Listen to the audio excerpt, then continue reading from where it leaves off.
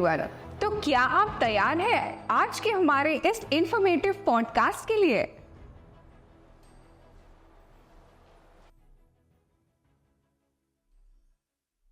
इस world asthma day के occasion पर मैं डॉक्टर देवांशी आप सभी के लिए लेकर आई हूँ एक ऐसा informational discussion with a very well known doctor. आप सभी जानते हैं कि कोविड-19 पैंडेमिक के बाद लोग लंग यानी कि फेफड़ों की समस्या को लेकर जागरूक तो हुए हैं, पर फिर भी वो अपने लंग हेल्थ सुधारने के लिए सही शिक्षा नहीं प्राप्त कर पाते और सही समय पे डॉक्टर से हेल्प भी नहीं है। आज इस वर्ल्ड एस्थमा डे में मैं आपको ये बताना चाहूंगी कि दुनिया भर में 260 मिलियन से ज्यादा लोग एस्थमा से प्रभावित है और ये एक ऐसी कंडीशन है जिससे हर साल 4,50,000 से भी अधिक डेथ्स होती है, जिनमें से ज्यादातर रोकी जा सकती है। और इसीलिए हम आज हमारे special guest doctor Jaideep Gokhale, जो कि 1994 से सिद्धा लिमिटेड के साथ है, जहां वो चीफ मेडिकल ऑफिसर के रूप में एस्थमा और सीओपीडी के साथ साथ कई रेस्पिरेटरी प्रॉब्लम्स की ट्रीटमेंट के डेवलपमेंट में उनका बहुत बड़ा योगदान रहा है। आज इस पॉडकास्ट में हम उनके साथ डिस्कस करेंगे कि एस्थमा क्या है, इसके कॉजेस क्या हैं और आप इसे कैसे मैनेज कर सकते हैं। और मेरी बात मानिए तो ये पॉडकास्ट काफ़ी ज़्यादा इन्फॉर्मेटिव और नॉलेजेबल होने वाला है, जहां आपको एस्थमा के रिलेटेड कई सारी ऐसी जानकारी मिलेगी जो आपने शायद ही कहीं सुनी होगी। So let us begin our podcast for today. हमारा पहला सवाल है कि एस्थमा ये डिजीज एग्जैक्टली क्या है? सो एस्थमा हम बहुत सालों से जानते हैं, बहुत पीढ़ियों से जानते हैं। ये ऐसी कंडीशन है जिसमें हमारे एयरवेज जो है, छाती के एयरवेज, इसमें इन्फ्लेमेशन होता है। These airways going to spasm, there is cough, काफ़ी बलगम पैदा होता है और लोगों को सांस लेने में तकलीफ होती है। ये बहुत कॉमन कंडीशन है। इट अफेक्ट्स रफली about 250 to 300 million people world wide. और इंडिया के एस्टिमेट्स ऐसे है कि करीब 2.5 से 3 करोड़ लोगों को इंडिया में एस्थमा की बीमारी है।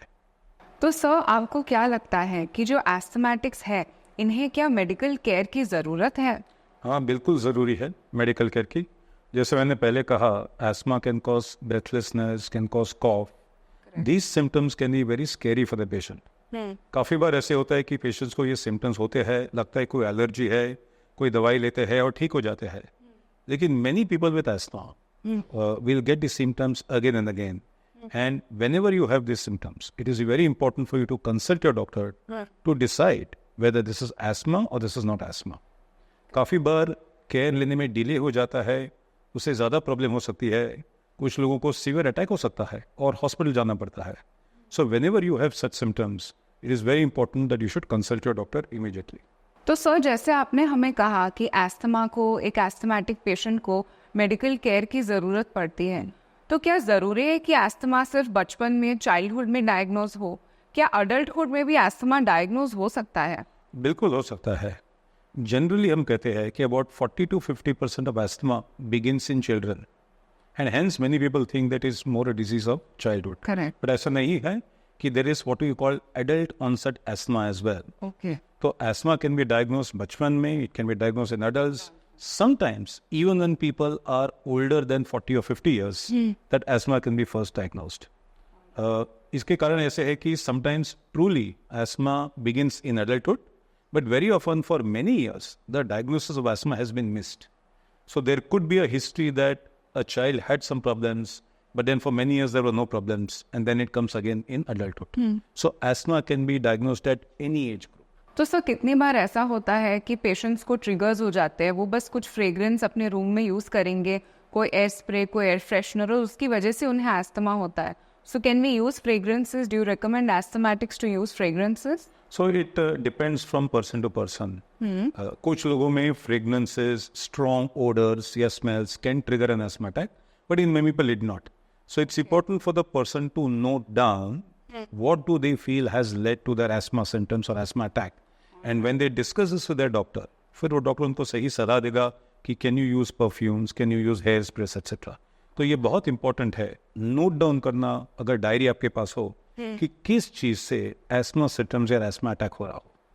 तो सर कोविड पैंडमिक के बाद लोगों के लंग्स पर काफ़ी साइड इफ़ेक्ट्स आई हैं, रेस्पिरेटरी हेल्थ की अवेयरनेस बढ़ गई है, बट क्या कोविड के बाद एस्थमेटिक्स की हेल्थ में कोई डिफरेंस आया है, उनके लंग्स में कुछ चेंजेस आए हैं? क्या आप हमें इसके बारे में बता सकते हैं?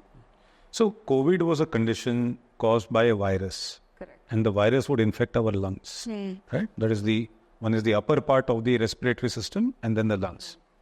इससे एक चीज जरूर हुई है कि लोगों की awareness about their lungs, about their respiratory health has actually gone up, जो मैं कहूँगा एक अच्छी चीज हुई है। क्योंकि इसके पहले we would worry about blood pressure, we would worry about cancer, we would worry about diabetes, but लोगों का ध्यान नहीं था अपने लंग्स की तरफ। अब काफी ध्यान आ गया है। The impact of covid on lungs, I would not, the impact of covid on asthma, I would say has been significant in many ways. अगर आपको एस्मा हो तो शायद वायरल इन्फेक्शंस के रिस्क बढ़ती है, या फिर viral infections can trigger an asthma attack in a person who already has asthma. तो मैं ये सिर्फ कहूंगा कि the positive part of the covid pandemic has been that people are far more aware, awareness of inhalers has gone up, because काफी बार covid infection जिसमें lungs की अफेक्शन थी उसमें भी इनहेलर्स यूज हुए थे। तो I think in general awareness has certainly gone up, and I feel that people are more concerned about their lung health. They go to the doctor if they have symptoms. यहाँ हम पूछताछ जरूर करते हैं कि अगर उनको कोई respiratory symptoms हो, compared to let's say 5 or 6 years ago. सो हम बहुत नोटिस करते हैं ये चीज़ कि लोग एयर क्वालिटी और पोल्यूशन के बारे में बात करते हैं। हमारा जो एयर क्वालिटी इंडेक्स है वो ऊपर नीचे होता रहता है, and this has an impact on our respiratory health. तो इसके अलावा भी ऐसी कोई चीज़ें हैं जो लोगों को पता नहीं और हमारे लंग्स पे उसकी इफेक्ट्स आ रही हैं? लोग अभी काफी जान चुके हैं कि air pollution has a significant impact in patients with asthma and other lung diseases. Correct. But ये भी अभी हम जान चुके हैं कि ग्लोबल वार्मिंग जो आजकल हो रहा है, जहाँ पे टेम्परेचर्स हर साल 1 डिग्री 1.5 डिग्री से बढ़ रही है, उसकी वजह से भी एस्थमा पे इम्पैक्ट हो सकता है। And this is primarily for 2 or 3 reasons. एक है कि because of global warming the levels of ozone increase in the air, and ozone is known to have an impact in people with asthma. It can have a negative impact on people with asthma. Second, global warming से pollen का जो season है वो लंबा होता है, और हम ये जानते हैं कि pollen is actually is a type which comes from flowers and trees which causes allergy and asthma attacks. तो अगर पोलन सीजन लंबा होगा then the risk of asthma attacks also may go on. These are I think 2-3 things about global warming and asthma that people may not be aware of.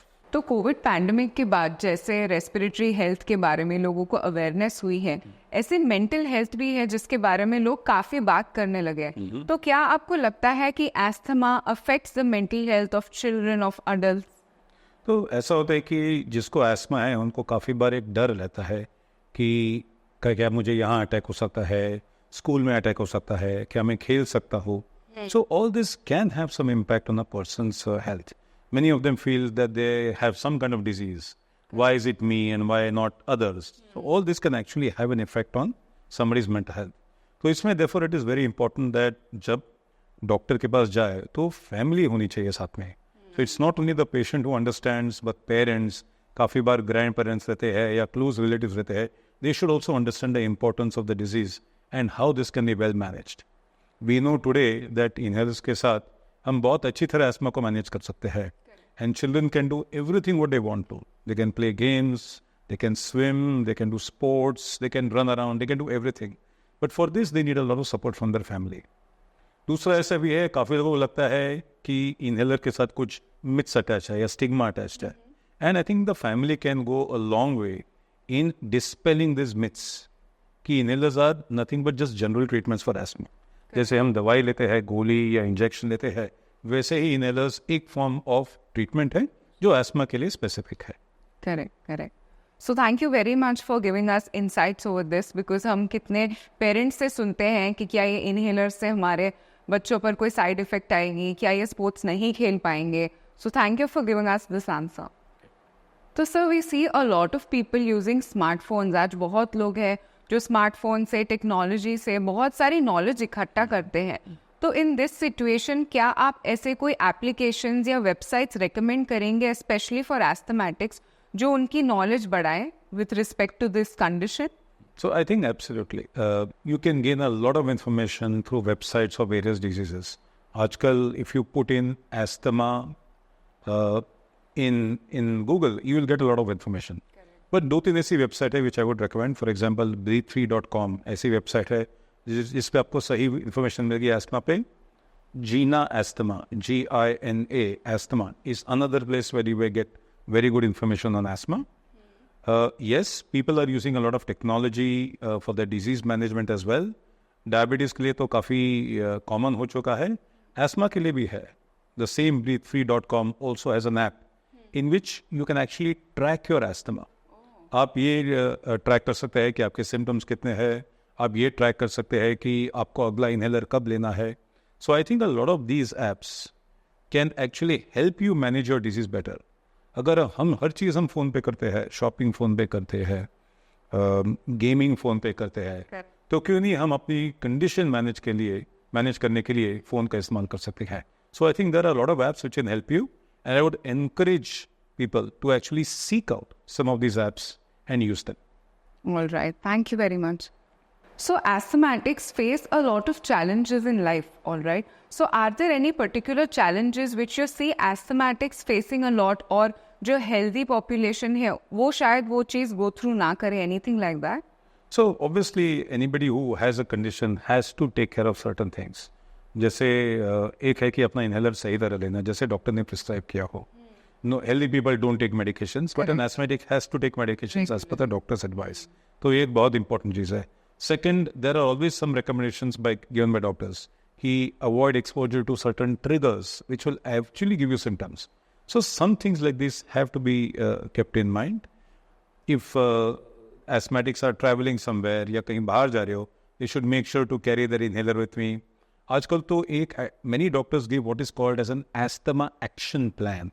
कि आप कहीं छुट्टी पे गए हो और वहाँ आपको अटैक हो गया, तो आपको क्या करना चाहिए. कि आपके पास कुछ एक्स्ट्रा दवाइयाँ होनी चाहिए, कि आपके पास लोकल डॉक्टर या लोकल हॉस्पिटल का नंबर तो होना चाहिए जहाँ आप जा रहे हैं. So I think these few things and these few cautions have to be kept in mind for a person who has asthma, so that he can carry out all his activities normally. So as we see कि बच्चे अपना ज़्यादातर वक्त school में बिताते हैं, almost a decade, 10 years. तो जो एस्थमेटिक किड्स है उनको एड्रेस करने के लिए, उनकी ट्रीटमेंट के लिए, क्या आपको लगता है कि स्कूल्स में भी इस कंडीशन के बारे में अवेयरनेस होनी चाहिए so that they can address it well? ना, ये आपने बिल्कुल सही कहा कि चिल्ड्रन में be spending 7-8 hours in a day in school rather than just home. They may get an asthma attack in school as well because asthma attacks can come unexpectedly. उनको अपने इनहेलर कैरी करना चाहिए bag में, उनके साथ रहना चाहिए. काफ़ी बार खेलते समय, कूदते समय कुछ स्ट्रॉन्ग स्मेल हो, कोई वजह से अटैक आ सकता है. So it's important that the teachers and school be aware about asthma as a condition and what should be done in case there is an attack. तो एक रेस्क्यू किट या कोई भी ऐसी दवाई या सब होनी चाहिए स्कूल में. A nurse is often now available in school. So काफ़ी स्कूल्स में अब नर्स होती है. That nurse should be made aware about asthma and should have the treatment and should be able to recognize कि ये asthma attack हो सकता है. In addition, I would say, usually, schools have some contact with a local hospital or a nursing home that in case there is an emergency, they can always call somebody or they can take the child to the hospital. So I think the most important part is creating awareness about asthma in schools. Sometimes the families can play a role. आजकल ये parent teachers associations की meetings काफ़ी बार होती है. These things can be discussed even during a PTS. जैसे lifestyle हमारी health condition में एक बहुत मेजर रोल प्ले करती है, so anything sir that you would like to recommend in diet और एक्सरसाइज और एनी सिंपल लाइफस्टाइल मॉडिफिकेशंस जो एस्थमेटिक्स अपनी लाइफ में करें and they will be able to see a huge difference. आप ऐसा कुछ रेकमेंड करना चाहेंगे? So I think, as they say, a good healthy lifestyle is essential for managing all diseases. And this is true for asthma as well. But अगर कुछ चीज़ें if we have to really emphasize on, जैसे कि smoking should be completely avoided. ये बच्चों में भी risk है. They are exposed to smoking. They are now exposed to vaping, etc. in school. So I think this is something that we should be very careful of, that they should completely avoid. Diet का है, one should ask the doctor and one should try and find out कि is there anything in the diet that is actually impacting my asthma और is causing some symptoms. अगर वो चीज़ है तो उसको अवॉइड करनी चाहिए. But otherwise you can take anything, you can eat all diet without a problem, including cold things. काफ़ी लोगों को लगता है कि ठंडा आइसक्रीम नहीं खाना चाहिए, but if it is not causing any problems, it is not triggering any symptoms, yes, you can take. One thing that is often recommended, there has been found to be some link between junk food and asthma in the past. So I think we have to be a little careful on having too much junk food, which is not just good for asthma, avoiding junk food, but actually avoiding it is good for most diseases. So I think some simple healthy lifestyles are important. Exercise very important. आपको जो exercise करनी है आप कर सकते हो, whether it is walking, running, swimming, anything else, weights. I'm sure many of you know that some of the world's best athletes have had asthma and they've gone on to win gold medals. So you can do your entire lifestyle, carry out normally, if you are making sure you are managing your condition better. इसलिए ये साल की जो theme है is very important. It's called Asthma Education Empowers. यानी if you know about the condition, you will be able to manage it much better. And you will be able to go through life much more comfortably than what otherwise you would. So sir, we have tried our level best to cover all the topics जिसमें हमें लगा कि आपके insights की ज़रूरत हो and you need to give us more information regarding asthma. But ऐसी कोई भी चीज़ है जो आपको लगता है हमने miss की and you would like to speak more about it, then please go ahead. No, I think, thank you. We have covered most of the important points. But I think the only message that I would like to give is that please take care of your lungs. We often have missed out taking care of our respiratory health, but I would urge everyone to take care of your lungs. If you have any of the symptoms that we talked about, या अपने दोस्तों को है, कोई family members को है, उनको ज़रूर सलाह दीजिए कि अपने डॉक्टर को जाके मिल लें. And if you actually have asthma, you don't have to get very concerned about. Most asthmatics can live a near normal life as long as they are taking advice from their doctor, taking their medications properly as prescribed, avoiding some things that a doctor has told them. And really, you can go about your life very, very comfortably. So my message to everybody is, be aware of the condition, be aware about asthma is, and be aware of what the treatment is. So thank you so much for sharing your insights. It was very helpful for us as well as our viewers. They will be looking forward to know more about asthma and stay connected with us. Your insights were very useful with respect to so many conditions and, so many tips that you gave us with respect to asthmatics and their health. Thank you for being there with us. We are highly obliged to have you on our podcast. Thank you. Well, thank you for having me here. अब वो समय आ गया है जहां आप में से किन्हीं 10 लकी विनर्स को इंसेंटिव स्पाइरोमीटर जीतने का मौका मिलेगा, जिसको आप अपनी लंग हेल्थ को मैनेज करने में इस्तेमाल कर सकते हैं. अब आपके स्क्रीन पर 3 क्वेश्चंस फ्लैश होंगे जो इस पॉडकास्ट के दौरान डिस्कस हुए थे. आप उसका जवाब स्क्रीन पे दिए गए नंबर पर व्हाट्सएप कर सकते हैं. और ध्यान रहे, जब आप हमें व्हाट्सएप कर रहे हो तो उसमें आपका नाम, लंग कंडीशन और आपकी सिटी मेंशन हो.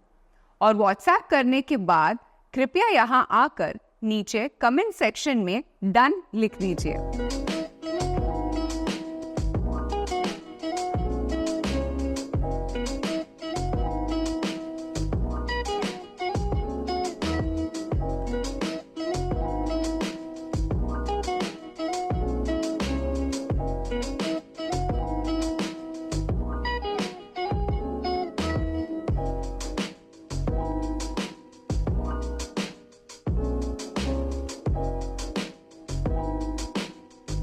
और तो और, अगर आपको एस्थमा, सीओपीडी या कोई भी लंग के रिलेटेड प्रॉब्लम हो तो आप हमारा लंग केयर प्रोग्राम ज्वाइन कर सकते हैं और हम पूरी कोशिश करेंगे कि हम आपके लंग कंडीशन को बेहतर करने में आपकी मदद कर सके. और हमारा लंग केयर प्रोग्राम ज्वाइन करने के लिए, उसकी अधिक जानकारी के लिए आप हमारा ब्रीथ फ्री ऐप डाउनलोड कर सकते हैं.